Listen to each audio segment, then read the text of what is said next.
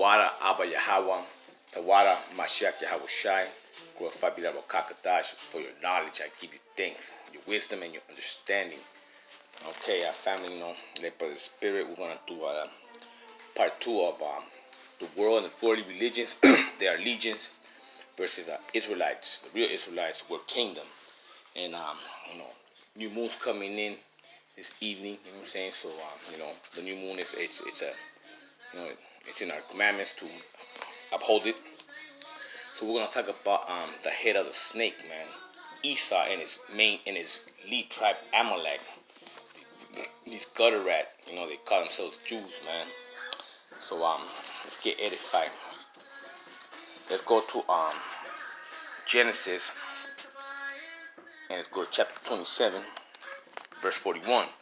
Now Esau hated Jacob because of the blessings with which his father had blessed him, and Esau said to himself, "The day of mourning for my father approaching, then I will kill my brother Jacob." See, there you go, man. So these my fuckers, man, they're not for you, man. They hate you, man. You know what I'm saying? Them, Ishmael, and all these other nations, man. Psalms 83, they built a tumult, you know what I'm saying, to purposely make you be forgotten, never no more, Now, let's go to Genesis chapter 36.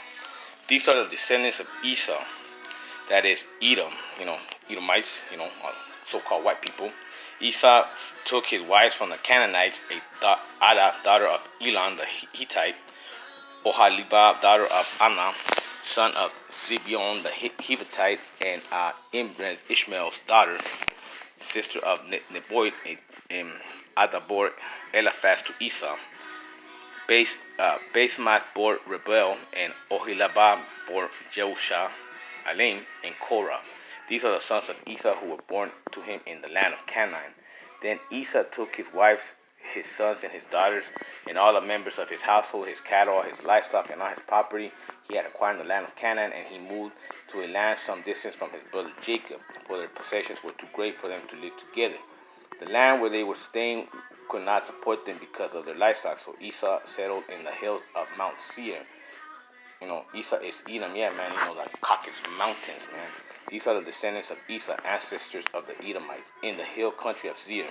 These are the names of Esau's son: Eliphaz, son of Adan, the wife of Esau; Roel, the son of Esau's wife, Basemath.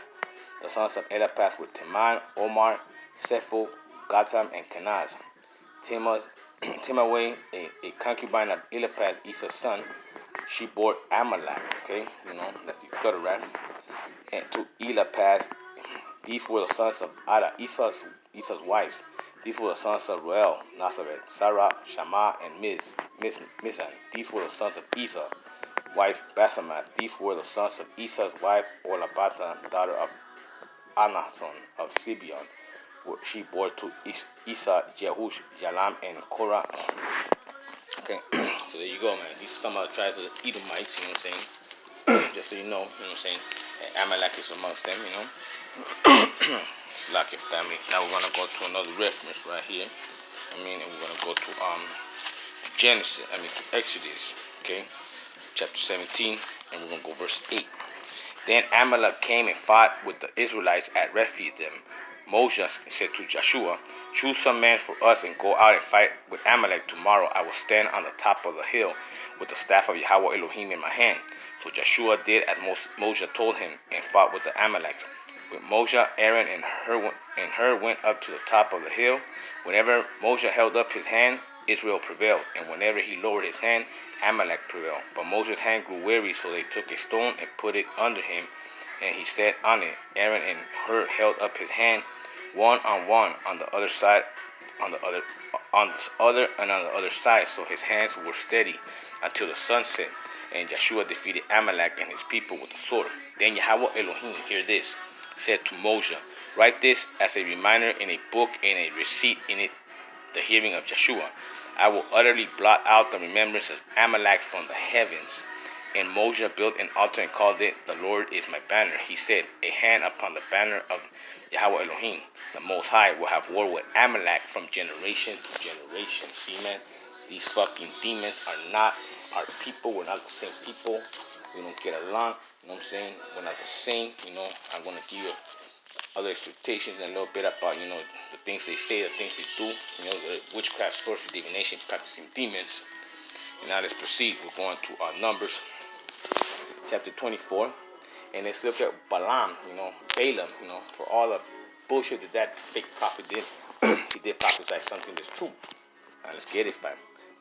Chapter 24, verse 15.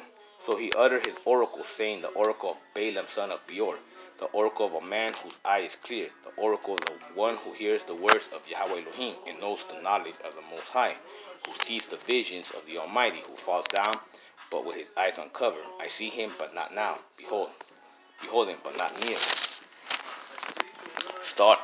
A star shall come out of Jacob, okay, that's Yahushai, and a scepter shall rise out of Israel. It shall crush the borderlands of Moab, the Chinese, and the territories of all the Shittites, that's some of the Ishmael, the Arabs. Edom will become a possession, all the Edomites. Seir is a possession of his enemies, while Israel does valiantly. One out of Jacob shall rule and destroy the survivors of it. Then he looked on Amalek, these are the gutter rat Jews, Amalek, and he uttered his oracle, saying, first amongst the nations was Amalek. Yeah, because right now they run the world, man. They run the currency, man. These Zionist Jews, they run this garbage ass place, man. But its end is to perish forever. See, more, man. Then he looked unto Kenite and uttered his oracle, saying, enduring is your dwelling place, and your nest is set in the rock. Yet Canaan is destined for burning. How long shall Ashur take you away captive? Again he uttered his oracle, saying, alas, who shall live with Yahweh Elohim does this? But ships shall come from Kittim, and shall inflict Ashur and Eber, and he also shall perish forever. Then Balaam got up and went back to his place, and Balak went on his way. All right, man. See, there you go. See, basically, Balaam basically testified the fact that, the well chosen people and all these other nations, they're going in captivity, man. They're going to be through, whether they like it or not. You know what I'm saying? That's just how it has to be. Now let's go to Deuteronomy chapter 25, verse 17. Remember when Amalek did to you on your journey out of Egypt, how you on your journey out of Egypt, he attacked you on the way when you were faint and weary, and struck down all who lagged behind you. He did not fear Yahweh your Elohim. Therefore, when Yahweh Elohim has given you rest from all your enemies on every hand in the land that the Most High your Elohim is giving you as an inheritance to possess, you shall blot out the remembrance of Amalek from under heaven. Do not forget. Yeah, see, man, the Most High have been told us, man, that we were supposed to wipe these divination practicing demons out of the way, But, shit happened, what I'm saying, along the way. It just didn't fall like that. And it starts with next chapter. We're gonna go to 1 Samuel chapter 15 with Saul, man. Sorry ass Saul, man. Here he goes. Thus says Yahweh Elohim, I will punish the Amalekites for what they did in opposing the Israelites when they came out of Egypt. Now go and attack Amalek and utterly destroy all of them. They do not spare any of them. No man, no child, infant, ox, camel, sheep, or donkey. So Saul summoned the people and numbered them in Telaim, 200,000 foot soldiers and 10,000 soldiers of Judah. Saul came to the city of Amalekites and laid in wait in the valley. Saul said to the Canaanites, go, leave, withdraw from amongst the Amalekites, or I will destroy you with them, for you showed kindness to all the people of Israel. When they came out of Egypt, so the Canaanites withdrew from the Amalekites. Saul defeated the Amalekites from Havilah as far as Shur, which is east of Egypt. He took King Agag of the Amalekites alive, but utterly destroyed all the people with the edge of the sword. Saul and the people spared Agag and the best of the sheep and the cattle of the fatlings and the lambs and all his values, and will not utterly destroy them. All that was despised and worthy they utterly destroyed.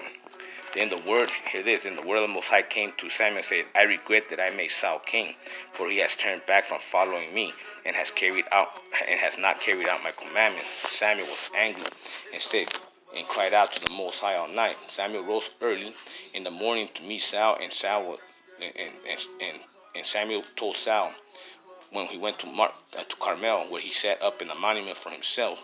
He passed down to Gilgal. When Samuel came to Saul, Saul said to him, May you be blessed by the Most High. I have carried out the commandments of Yahweh Elohim. But Samuel said, What then is the bleeping of the sheep in my ears, and of the lowing of cattle that I hear? Saul said, They have brought them for me, the Amalekites, for the people spare the best of the sheep and the cattle to sacrifice to Yahweh Elohim. But the rest we have utterly destroyed. Then Samuel said to Saul, Stop, I will tell you what the Most High said to me last night. And he replied, Speak. Samuel said, Though you are little in your eyes, are you not the head of the tribes of Israel? Yahweh Elohim anointed you king over Israel, and the Most High sent you on a mission, and said, Go utterly destroy the sinners in Amalekite and fight against them until they are consumed.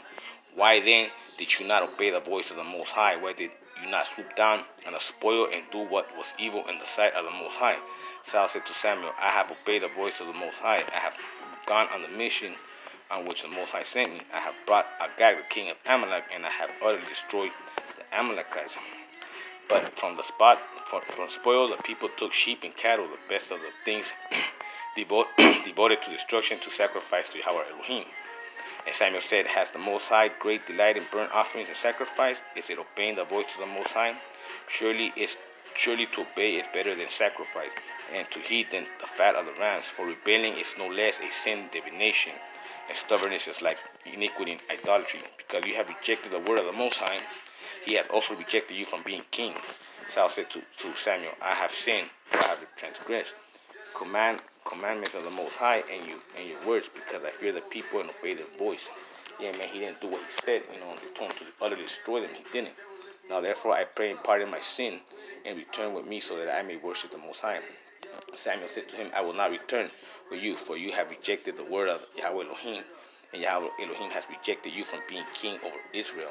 As Samuel turned and go away, Saul caught up off the hem of his robe and tore it. And Samuel said to him, Yahweh the Most High has torn the kingdom of Israel from you this very day, and has given it to a neighbor of yours, who is better than you. Moreover, the glory of Israel can't change his mind, for he is not immoral, that he should change his mind. Yes, see, once you mess up with the Most High on a special mission, you're through. Then Saul said, I have sinned, and yet honor me now before the elders of the people, and before Israel return with me, so that I may worship the Most High. So Samuel turned back on Saul, and Saul worshipped the Most High. And Samuel said, Bring Agag, king of Amalek, here to me. And Agag came to him hatingly. Surely this is the bitterness of death. But Samuel said, As your sword has made women childless, so your mother shall be childless among men. Samuel hewed Agag in pieces before the Most High Yahweh Elohim. Then Samuel went to Ramah, and Saul went up to his house in Gibeah. Samuel did not see Saul again until the day of his death.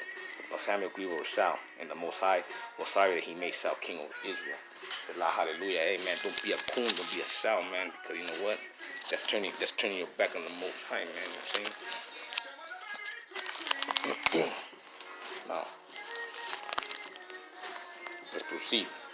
Let's go to Romans.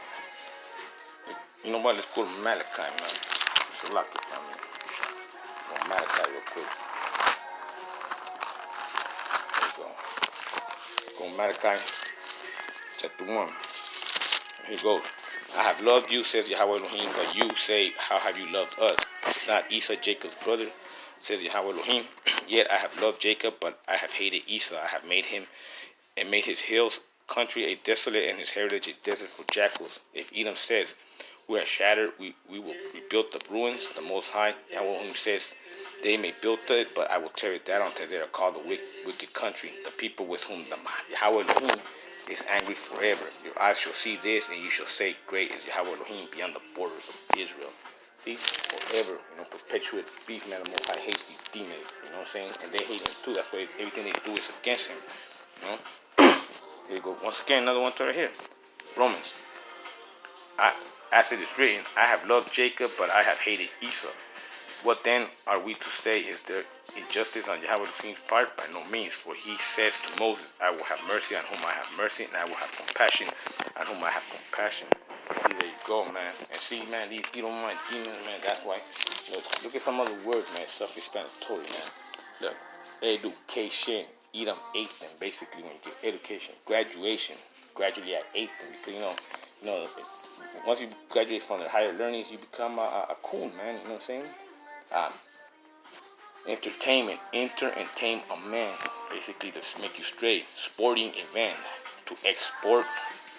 It's exporting to export you, because once you become a fan of a sports team, like a fanatic, then that's idolizing, man. You know, persistent, like a kitty cat. To you in them, persistent, persuade him, and sway him away. Perfume, infuse, because perfume that smell, man, is toxic, man. You know what I'm saying? I'm saying this, it's demonic, man. I'm saying it's seductive. You know what I'm saying? Here's another one too. Uh, uh, what's it called? Media. What you guys media? Because they're mediums to what? To channels, TV channels. What about television? To television. See, they're demons, man. You know what I'm saying? I hope this was edifying you. The name of your house, Shem, your house shine. You know what I'm saying? But I'm gonna leave you guys with we're gonna go to Romans chapter 8. And let's say, consider that, and this is for us as an exhortation. I consider that the suffering of the present time are not worth coming with the glory about to receive. For the creation waits the eager longing for the revealing of the children of Elohim. For the creation is subjected to futility, not of its own, but by the will of the one who subdued it, in hope that the creation will be set free from its bondage and not be decaying, will obtain the freedom and the glory of the children of Yahweh Elohim. We know that the whole creation has been groaning in labor pains until now. Understand not only the creation, but we ourselves, who have the first fruits of the Holy Spirit, grown inwardly while we await the adoption, the redemption of our bodies. For in the hope we were saved. Now hope this is seen is not hope. For what hope is or what is seen. But if we hope for what we do not see, we wait for it with patience. Likewise, the Spirit helps us in our weakness, for we do not know how to pray as we ought to, but the very Spirit intercedes with sighs too deep for words. And Yahweh Elohim, who searches the heart, knows what is the mind of the Spirit, because the Spirit intercedes for the saints according to the will of Yahweh Elohim. Salah, hallelujah, and it's true, man. That's where we get these exhortations. We know that all things work together for the good for those who love Yahweh Elohim, who are called according to His purpose. For those whom He foreknew, He also predestined to be comfort for the image of His Son, in order that He might be the firstborn within a large family. And those whom He predestined also called, and those whom He called He also justified, and those whom He justified He also glorified. See, there you go. Salah, hallelujah, man. Basically, hopefully, elect, man, we get this and we understand it. You know what I'm saying? We see through this witchcraft, sorcery, and divination, we expose it, because we were born to do this. And on that note, shalom.